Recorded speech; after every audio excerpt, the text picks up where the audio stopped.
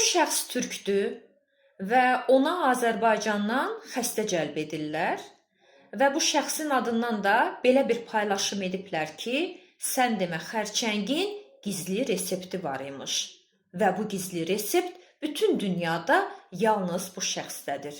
Belə bir cəfəngiyat.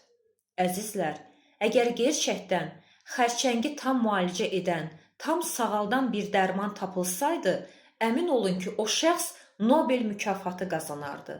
Və bu cür cəfəngiyatlardan uzaq durun.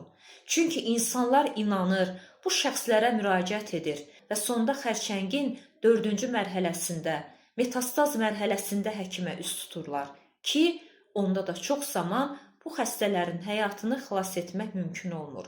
Halbuki xərçəngin ilkin mərhələsində düzgün bir müalicə ilə çox yaxşı nəticələr əldə etmək mümkündür.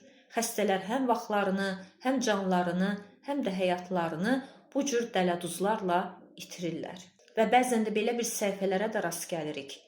Xərçəngə bizimlə 3 aya son, 6 aya son, dünyanın ən yaxşı onkologu da heç bir xəstəyə söz verə bilməz ki, mənimlə sən 6 ay ərzində bu xəstəliyə son verəcəksən. Bu mümkün deyil.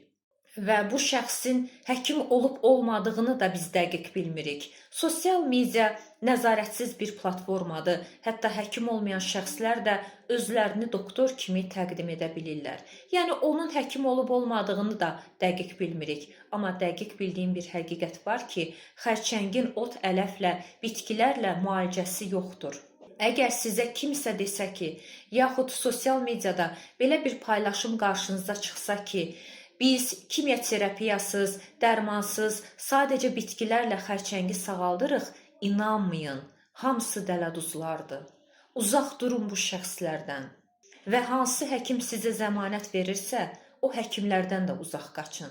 İxtisasından asılı olmayaraq, hansısa həkim sizə desə ki, mən zəmanət verirəm ki, bu xəstəlik səndə 100% sağalacaqdır, yaxud bu əməliyyat 100% uğurlu keçəcəkdir, bu cür zəmanət verən həkimlərdən də uzaq durun. Çünki dünyanın ən təcrübəli, ən peşəkar, ən bacarıqlı cərrahının da əməliyyat ağırlaşması ola bilər.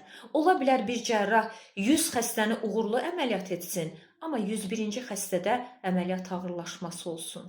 Ola bilər ki, bir həkim 100 xəstəni eyni xəstəlikdən müalicə edib sağaltsın, amma 101-ci xəstədə müalicə effekt verməsin. Bunlar mümkündür.